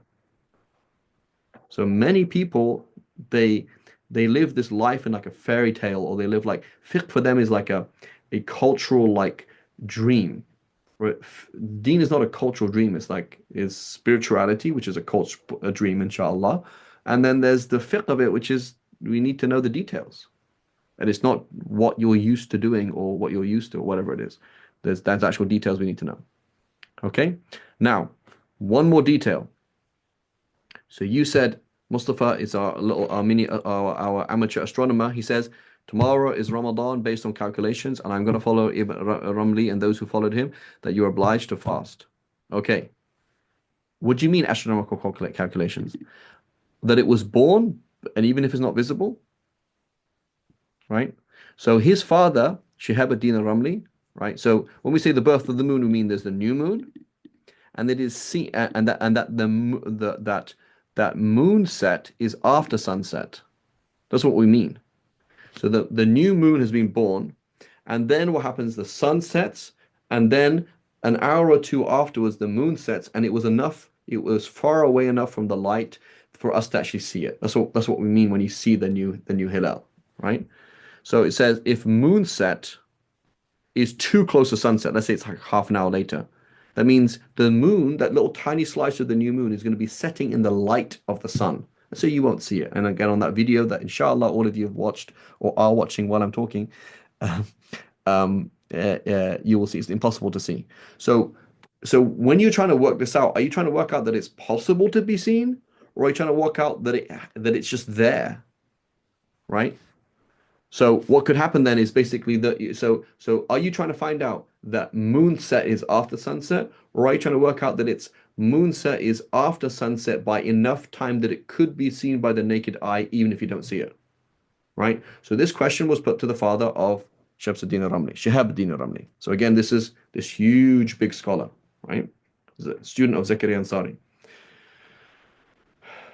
So the question, so this is in his fatwa, question, is this the scenario about working it out and starting to fast even though it hasn't been seen? Is this when the new moon is definitely born but not visible, or when it's definitely born and visible, or definitely born and possible and possibly visible, right? So notice they're using the word definitely because they know that's a criterion. We're not talking about probabilistic evidence that it's a new moon. We know that it's a new moon. We're not talking about probabilistic evidence. So you know that the new moon has been born, but you just don't know, and you know that it's not going to be visible because it's setting 10 seconds uh, after the sun. So it's impossible. Nobody could ever see that. Or are you talking about when it's like 2 hours, 3 hours after sunset, in which case it's visible? Or are you saying that it's possible? Like I worked out that it will be possible to be seen, right? And so at this juncture, we want everybody to open, where is it?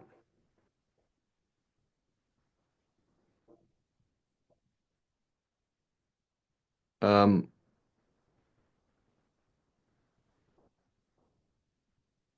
at this juncture, if you can see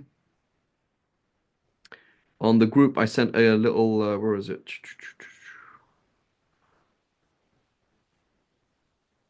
I sent a link to this Chicago thing. It says, yeah, it says this link will be referred to in the lecture, inshallah. Moonsighting.com. Can everyone open that? So what you can do is click on that, click on the month, and it will give you a picture of visibility. Like it's definitely visible, it's possibly visible, or it's not visible, right? Can everyone do that and just open it up? I can't actually open up on either of my phone. I don't have image blocks, so I can't actually see any of these things.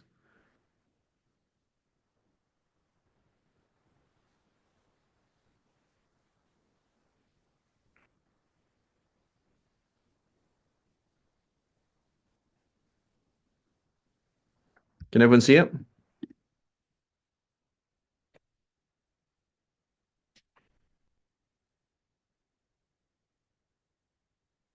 Yes. Right? So you can see, okay, here's the moon. It's not visible in France, but it is used visible in the East Coast. It's not visible in the East Coast. It is visible in the West Coast. It's not visible here. It's possible here, right? Can everybody see that? Alina, Asif, Munira, Mustafa, Amina. Can you all see that?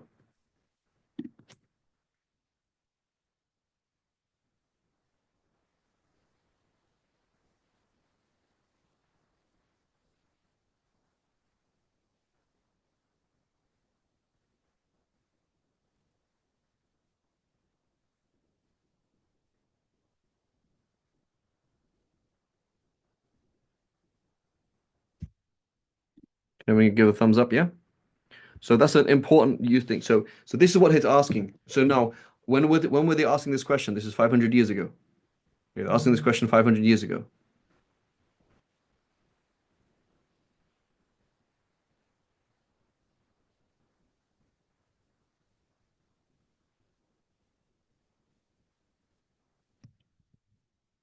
Okay. So you have to understand the Muslims are not sitting down. They're not what the phrase in Arabic is habala. Like they're not a bunch of fools, right? We have to understand that the Muslims were the pioneers of civilization, right?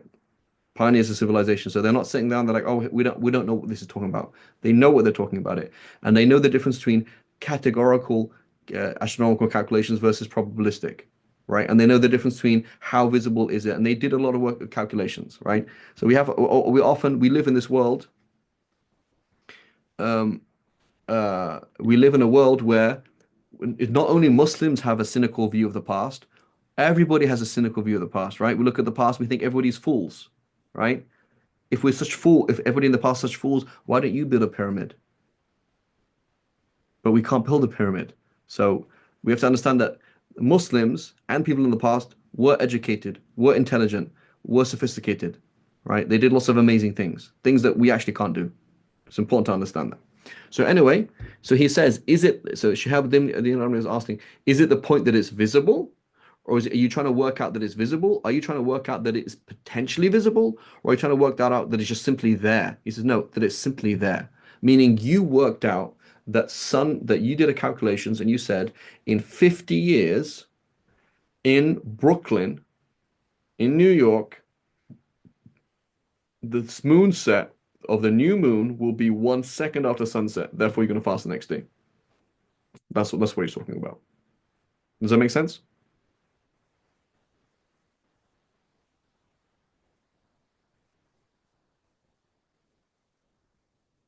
Yeah, makes sense, everybody?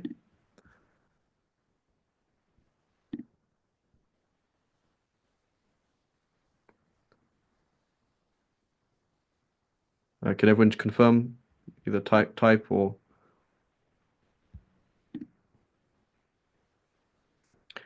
okay. So therefore, the individual level, you saw the moon, you trust somebody.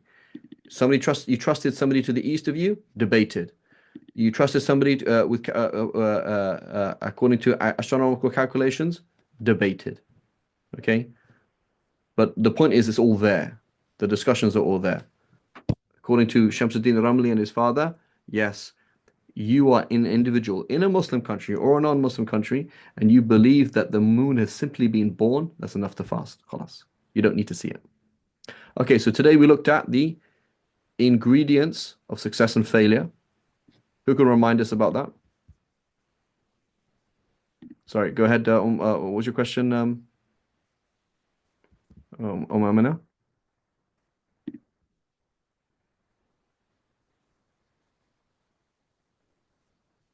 Want to repeat the last sentence? I don't know what the last sentence was, but let me just repeat.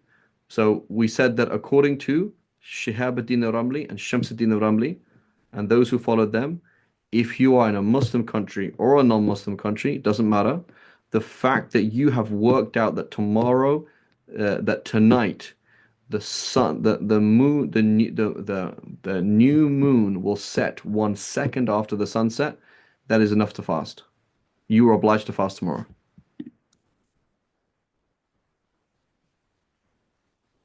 It does not need to be cited, nor does it need to be citable.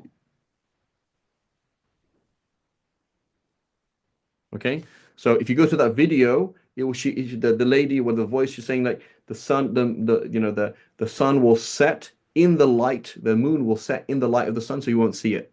He said, we're not even interested in that, right? I'm not even interested in whether it's visible or not, right? So can you see the total distance between this and the court scenario, right? Court scenario is a totally different thing. He was saying that the fact that you know that the new moon has been born at night, that's all you need to know. You don't need to, it doesn't even have to be visible. The fact that you just know that it's there, that's all. So that means you can work out the next, according to this position, you can work out um, um, um, you can work out for the next million years when you're going to be fasting Ramadan. And that's when you're going to start fasting Ramadan, and you will be obliged to do it. Right? So this is a valid opinion, right? Not the opinion, but a valid opinion. Does that make sense, Amina?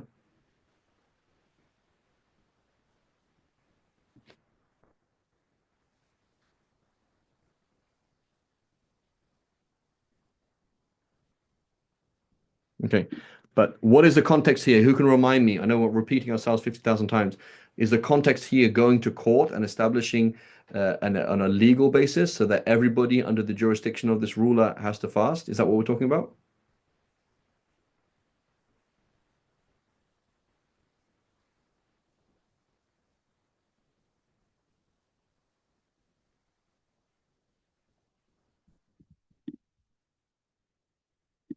Can everyone hear me?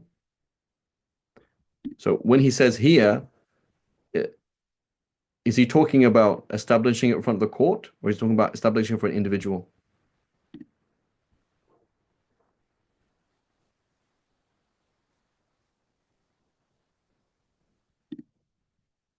Individual. Thank you. Right.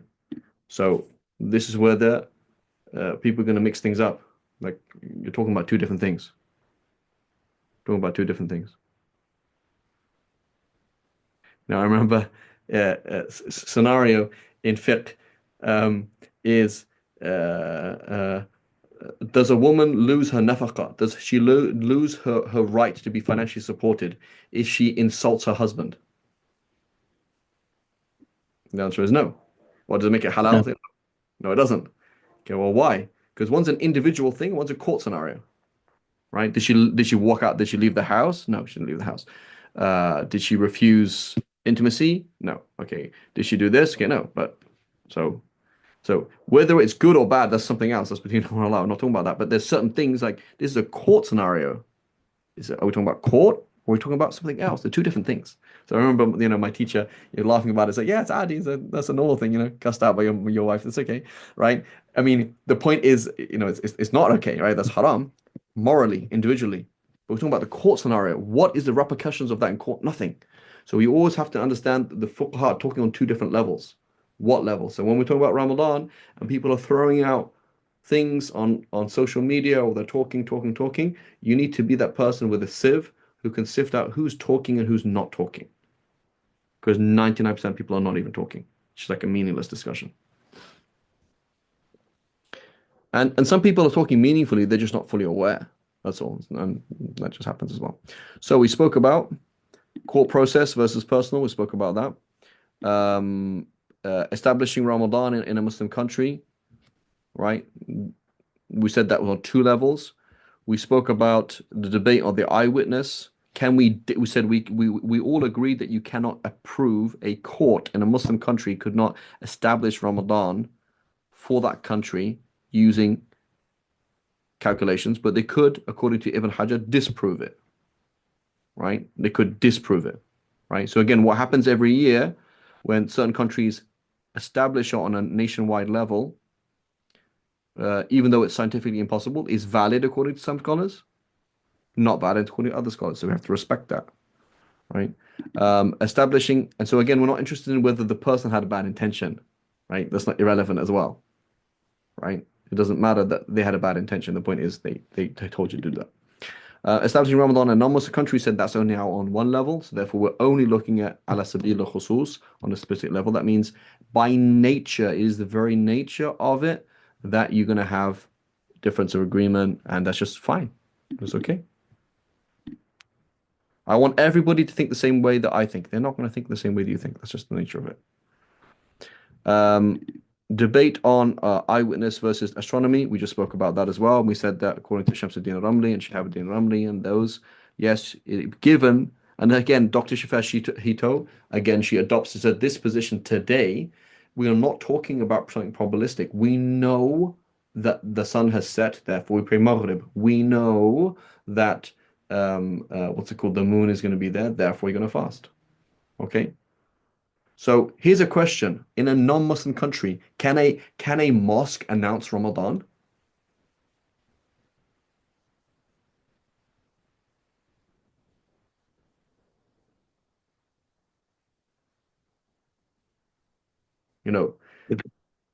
MCC has announced Ramadan. What does that mean?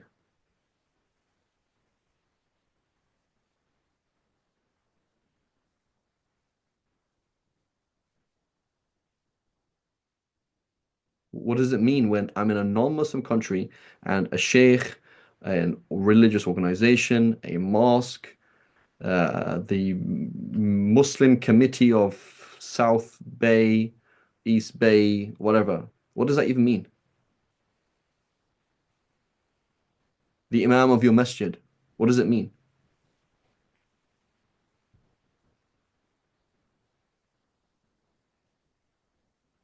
I guess in a non-Muslim country, probably it doesn't have that much weight, It but doesn't it mean anything. then, So if you don't trust yeah. him, like I say, Khalid, you ask me, say, hey, are you gonna fast tomorrow night? I say, yeah, and you don't trust me, khalas, don't fast. That's it. But if I may, would it also depend if all those three categories of ingredients for success that you mentioned are Yeah. present in that community? No, still it wouldn't count. Still wouldn't Okay. count. So this person is, so you have, let's say, for example, you're here. There's Imam Malik who lives down the road, and Imam Shafi lives down the other road, and you live with Imam Shafi and Imam Ahmad and everybody. You're still going to do different things. Just like if you were praying with Imam Malik on a hilltop and you had no app and you had no compass, right? And he says, "Well, the sun's setting here, so this is direction." You're like, "No, the sun's setting over there, so therefore this direction." So just because he's Imam Malik doesn't mean he knows which way the Qibla is, because that's a, you know, or we walk this far and I think the mountain is facing this way. And like it's hard to see where the sun is exactly. He thinks the sun is setting over there, and you think that's over here because you can't really see that well. You're gonna have a debate. That's how it is. And he has no authority over you, and you have no authority over him. That's it. That's just the nature of it. So practically speaking, what's going to happen is you say, well, what's going to happen? Okay, practical things. Your local masjid, what do? They say, oh, my local masjid, they follow calculations. Oh, show me your calculations. Okay. Do you believe them? Yeah. Are you going to follow Shamsuddin Ramli? Yeah. Okay, go ahead. Or they're going to say, no, we follow local moon sighting. Did a local moon sighting happen? Yes. I trust them. Therefore, I'm going to fast. They follow world things, right? They follow Saudi, Egypt, Bangladesh. That's what your masjid does. They always do what Bangladesh does. And you realize that in Bangladesh, they got paid off to say that it was Ramadan, even though it wasn't. You don't trust them. Then you don't follow them. And everyone's like, no, everybody does this. This is right. It's like, no, I don't trust them. Does that make sense? So you saw the moon, you've got your friend saw the moon and you trust him. Somebody else you trust saw the moon. Then you've got and then you've got someone to the east saw the moon and you trust them, according to Hanafis, right? And then you've got the Shafi position or the a position in the Shafi school about following calculations in a non-Muslim country or in a Muslim country as well, but that's again a personal action. Make sense, inshallah? Now, here's a solution then. Solution number one, if every Muslim had a pluralistic view of Islam, and if every Muslim has a positive view of Islamic history, and if every Muslim was trained, we wouldn't have a problem. We might disagree, but we wouldn't have a problem. Why is that the case? Because unity is in pluralism. Unity is not in being the same. Iftiraq or ikhtilaf is when I don't accept you and you don't accept me. And I'm upset. I say, okay, come for Eid. It's like, it's not, I'm still fasting. Oh, astaghfirullah. I'm inviting you for Eid. What's your problem? Like, well, don't you trust me? You say, no, I don't trust you. I'm never inviting you to my house ever again. That's a problem. As opposed to, oh, I'm sorry, I didn't know. Let's just do Eid on the second day. Not a big problem. If some people are we're going to be fasting on the first day of Eid, according to you, because Eid is according to you, right? It's pluralistic. It's according to you. Then why didn't you just do it on the second and third day? Right? Let's just be pluralistic. I accept that I might be wrong. You accept that you might be wrong. That's not a big deal. And if the other person is going to make a big deal about it, and there's another opinion that you can follow that is legit, why not? Why don't follow it? This is a legitimate position that is Eid today. Okay. I went through the process. I can look at it this way. I can look at it that way.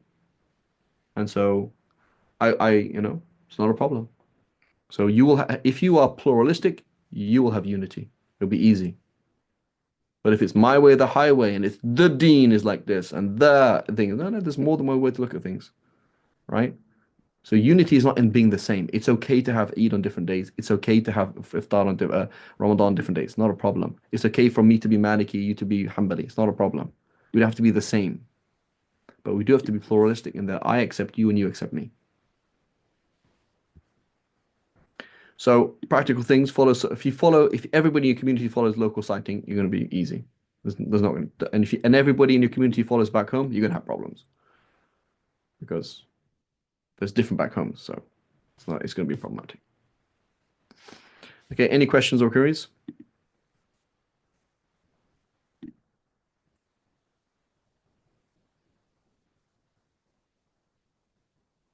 Makes sense to everybody? Hope it wasn't too pessimistic, too frank, too painful. But there's a lot of things like it that you might sense a tone of my brother listened to some of my recordings says, Fried, you sound angry. It's like, I am angry. Because I hear a lot of nonsense. Right? You hear a lot of nonsense like I am angry. Right? Like, you know, it's like there's a lot of crazy stuff happening. It's like, subhanAllah, please don't talk. So let's go back to that quote at the beginning. Right? Let's go back to the quote at the beginning. Right? What was that quote that I said at the beginning? Who can remember it?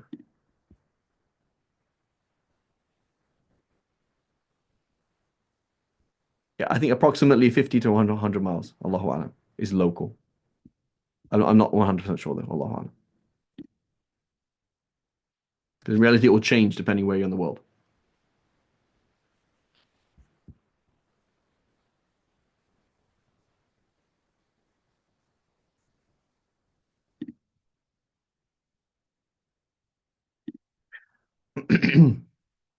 What was the quote that I said in the beginning that was a ridiculous statement? Why can't a female be a witness? So Munir, I don't quite understand kind of question. So why can't a female be a witness? Because it's a court scenario. So the default in reality, the default Munira is actually because it's a court case, and it results in financial issues. In fact, you should have two male witnesses. That's the default, right? So let's say, for example, I owe you money, and it has to be paid on the first of Shawwal. Okay, that's a financial issue, right? So then, who's going to prove that it's Shawwal or not? That I have to pay you the money. The default is it should be two male witnesses, but there's a hadith that establishes that one male witness was sufficient.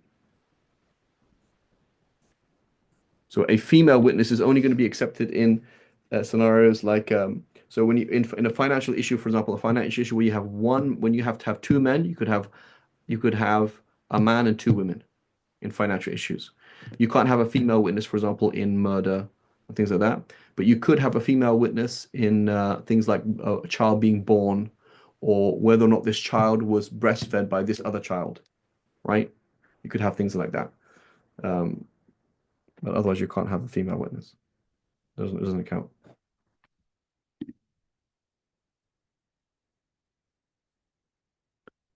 It's so I will look into it. I've read things. It's not so they call it the same matla, the same place of horizon. But every like if I move from one room to another, my horizon is different, right? If you think about it. So it's inshallah I'll try and look it up. There's some more accurate things, but it's not 100% accurate. From what I've researched, it's not 100% accurate. Like it's not an exact degree of longitude and latitude. It's fairly approximate.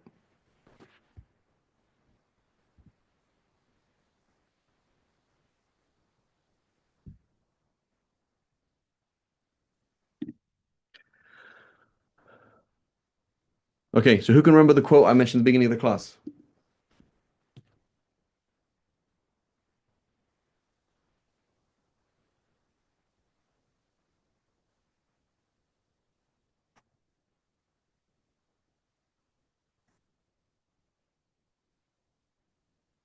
So the quote was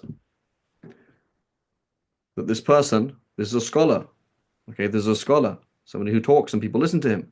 He says, it is sunnah to go out and see the moon, but it is fard to have unity, and leaving a fard for a sunnah is wrong, right? And so this was mentioned last week on a group, right? And I'm not somebody who is I try not to be rude. Inshallah, I'm not rude. I'm not aggressive on group. I'm not on any social groups. Really, I'm on one social thing. And like I'm not one of these people out there slamming people. I don't do that. It's not my kind of, it's not what I was taught. It's not what I do. But it's like, I said, I was like, this is a ridiculous, like, there's somebody like talking who has no idea what they're talking about. So what has the sunnah of going out to see it got to do with this discussion that we're having? Like, so I mentioned on this group, like, I said, with all due respect, or actually, there's no due respect because it's just jahl, it's just ignorance. Like the person has no clue what they're talking about. They have no right to speak, and they have no right for that quote to be shared, and they have every right to be silenced because it's just wrong. Like, what are you talking about? Like, what's that got to do with the discussion?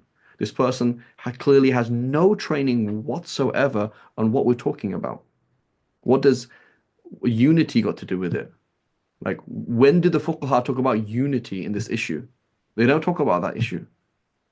They're talking about witnessing, they're talking about categorical, they're talking about sabil al-am, sabil al-umum, or sabil al-khusus. Like, you're just like somebody just talking, but you have no idea like what the ulama talk about and what's going on. It's like somebody who comes along and says, qalqala is bad because it like echoes, or it makes my throat feel uncomfortable when I do a qaf, so therefore it shouldn't be there. Like, like that's got nothing to do. Like somebody who studied tajweed, okay, we know, for example, what do we talk about in tajweed? In tajweed, we do not talk about what's comfortable and what's not comfortable. That's like not a discussion that we talk about. It's not even there. It's not even relevant. Um, when we're talking about evolution, we don't talk about, I don't know, um,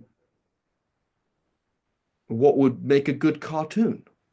Like, so sometimes you will hear these things like this is a frustration that is indicative of the world that we're living. As we get closer and closer to the end of time, you will hear more and more stupidity and more ridiculous things that are being said in the name of Islam by somebody who is a scholar, or at least is labeled as a scholar or revered as a scholar. Laughable things. Um, a case in point, we mentioned right at the beginning of right in the beginning of the class was the distinction to say somebody who lies in court about divorce, right? Remember that discussion and that represented this issue of how two levels of obligation, the court obligation versus the personal obligation, right? So this issue in fiqh is called mas'alat at-tadyin, mas'alat at-tadyin, right? And it's written ta, dal, ya, noon. Okay? And so it's a mas'ala, it's a discussion in fiqh that represents this duality that is throughout the books of fiqh, not just through Ramadan, but anything. There's a duality in that what happens on one level and on another level of the many dualities and the complex structures and textures of fiqh, right? So, case in point of stupidity that is coming to the fore and that we have to deal with is there's a book, and instead of in it's printed today because books are printed by, unfortunately, often by fools who are not trained, and the book came up as Mas'alat al-Thadyain, right? Which I care not to translate, but you can ask ChatGPT what does Thadyain mean in Arabic, all right? And it's just kind of laughable. And you see these kind of things, people with PhDs, people with all sorts of things, people at all sorts of universities, like subhanallah, you have really no idea what you're talking about, but yet there is a microphone in front of you, yet you are listened to, yet you are given, and this is a sign of the end of time. The Prophet ﷺ mentioned, right, that people would take the حتى what is it إذا لم يبقي عالما um, so the hadith escapes me now, but the meaning of the hadith is that people will take اتخذ الناس رؤوسا جهالا, that people would take as leaders people who are juhal, they know. ضلوا وأضلوا, they will be the astray themselves and they will lead other people astray, right? Because they didn't have the pluralistic mind of Islam. They didn't have a positive view of the deen. They had a cynical su'adhan of the Muslims, right? And they had no talaqqi. They didn't study with anybody. So they have no actual formal training in anything. and they don't represent anything at all. Inshallah, that helps. And I hope everybody has a Mubarak Ramadan. And that when they're fasting, they're not thinking about what's valid, not valid, but they're focusing on Allah subhanahu wa ta'ala, inshallah ta'ala. Jazakum khair. We'll stop here. Wa sallallahu ala Sayyidina Muhammad wa ala alihi wa sahbihi wasallam. صلى الله على سيدنا محمد وعلى آله وصحبه سبحان الله وبحمدك أشهد أن لا إله إلا أنت